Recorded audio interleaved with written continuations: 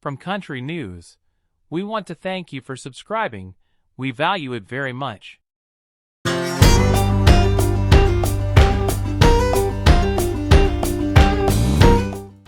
In Country News, Tina Turner.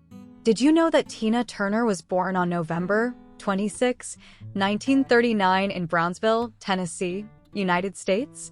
Tina Turner was born Anna Mae Bullock on November 26, 1939 in Nutbush, Tennessee. Her parents, Floyd and Zelma Bullock, were poor sharecroppers who split up and left Anna Mae and her sister to be raised by their grandmother. When her grandmother died in the early 1950s, Anna Mae moved to St. Louis to be with her mother. Barely in her teens, Anna Mae, who sang in her church's choir, quickly immersed herself in St. Louis's R&B scene, spending much of her time at Club Manhattan. It was there, in 1956, that she met rock and roll pioneer Ike Turner, who often played at the club with the Kings of Rhythm. Soon, she was performing with the group as Little and she quickly became the highlight of their show. In 1960, when another singer failed to show up for a Kings of Rhythm recording session, Anna Mae sang the lead on a track titled A Fool in Love. The record was then sent to a radio station in New York and was released under the moniker Ike and Tina Turner. In a 2013 interview with Oprah Winfrey, Tina said Ike patented her name as a form of control. The song became a huge R&B success and soon crossed over to the pop charts. Before long, the group was touring as the Ike and Tina Turner Revue and earning renown for their electrifying stage performances. The group also capitalized on the success of A Fool in Love by releasing a string of successful follow-up singles, including It's Gonna Work Out Fine, Poor Fool, and Tra-La-La-La-La. With their popularity growing, Ike and Tina were married in Tijuana, Mexico, in 1962. They had a son, Ronnie, prior to their wedding in 1960. They shared 4 sons in all: Craig, Ike Jr., Michael, and Ronnie, who was their only biological child together. Tina had Craig with Kings of Rhythm saxophonist Raymond Hill when she was 18. Ike adopted Craig, and Tina adopted 2 of Ike's sons, Ike Jr. and Michael, from his previous marriage. In 1966, Tina and Ike's success reached new heights when they recorded the album River Deep, Mountain High with superstar record producer Phil Spector. The title track was unsuccessful in the United States, but became a massive, top 5 hit in England and brought the duo new fame. Still, they became more known for their electrifying live performances without accumulating a ton of corresponding hits. In 1969, they toured as the opening act for the Rolling Stones, winning themselves still more fans. Their popularity was rekindled in 1971 with the release of the album Workin' Together, which featured a renowned slow-to-fast remake of the Creedence Clearwater Revival track, Proud Mary. That reached the top 5 of the US charts and won the 2 their first Grammy. Proud Mary became a cornerstone of the couple's shows, renowned for Tina's vocal delivery along with the swirling, hand-rolling dance moves from accompanying vocalists, the Arquettes. The duo later had a top 5 UK hit with 1973's Nutbush City Limits, a rock country soul jam penned by Tina that included autobiographical elements. Then in 1975, Tina also appeared in her first film, playing the acid queen in The Who's Tommy. Despite their success as a musical duo, Tina and Ike's marriage was in shambles. Tina would later reveal that Ike was often physically abusive, and she even attempted suicide because of his abuse. In 1976, the couple separated both personally and professionally after an altercation in Dallas in which Tina fought back, according to her later book. In 1978, they were officially divorced, with Tina citing Ike's frequent infidelities and increasing drug and alcohol use in addition to the abuse. In the years following her divorce, Tina's solo career got off to a slow start. According to Tina, when she left Ike, she had 36 cents and a gas station credit card. To make ends meet and to care for her children, she used food stamps and even cleaned houses.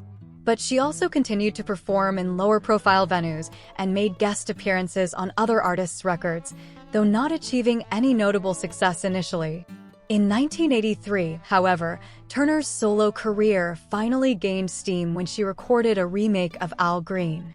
The following year, she exploded back into the record industry when her much-anticipated solo album Private Dancer was released to overwhelming critical and popular success.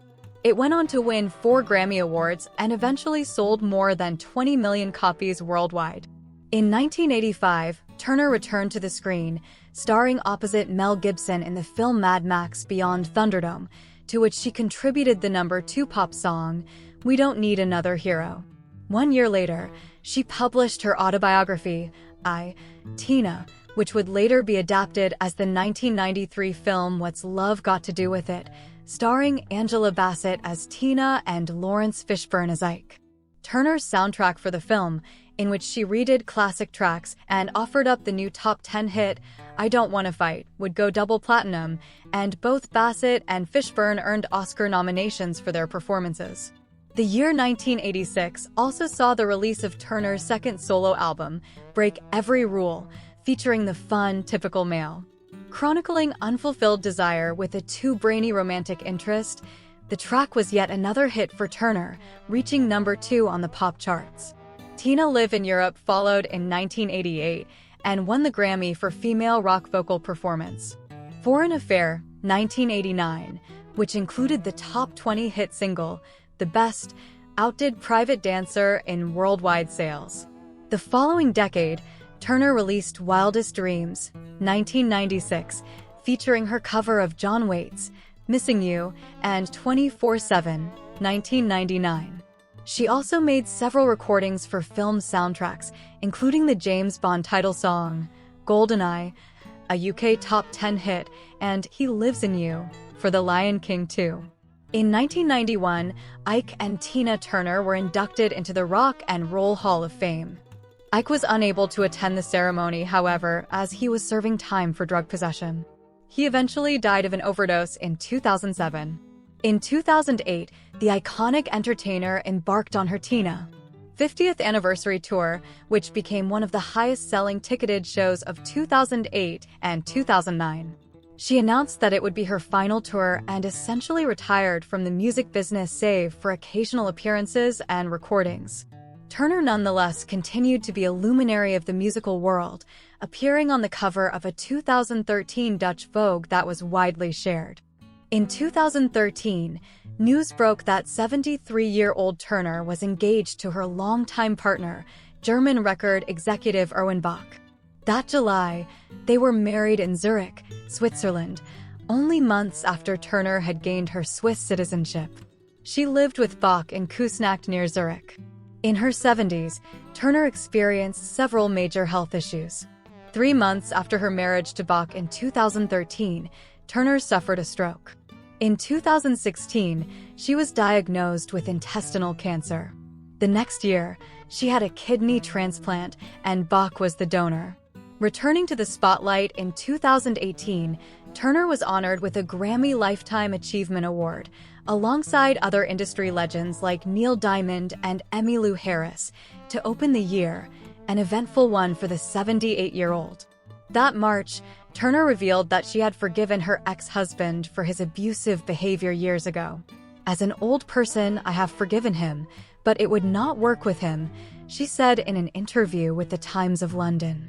He asked for one more tour with me, and I said, no, absolutely not. Ike wasn't someone you could forgive and allow him back in. Then in April, fans were treated to a showcase of her greatest hits with the opening of Tina, the Tina Turner musical at the Aldwych Theatre in London. It opened on Broadway in New York City the next fall. Over the summer of 2018, Turner learned that her oldest son, Craig, had been found dead at his home in Studio City, California, from a self-inflicted gunshot wound. The real estate agent was 59. She wrote about his death, among other things, in her second memoir, My Love Story, that published in October. 3 years later, in October 2021, Turner was inducted into the Rock and Roll Hall of Fame again, and this time as an individual.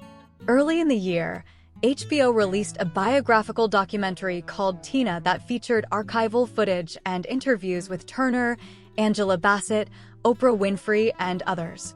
Another honor that year came in the form of the Tina Turner Barbie doll. In 2022, Turner's son Ronnie died from colon cancer and cardiovascular disease at age 62. In an Instagram post, Turner wrote, "Ronnie, you left the world far too early. In sorrow, I close my eyes and think of you, my beloved son." At age 83, Turner died on May 24, 2023, in her home Küsnacht, Switzerland, near Zurich. A representative said she died peacefully after a long illness. In the 2010s, she had a stroke, was diagnosed with cancer, and had a kidney transplant. Although Tina's musical genre is rock/soul, she has contributed to country music, and that is why we give her recognition and affection in this video. Thank you very much, Tina.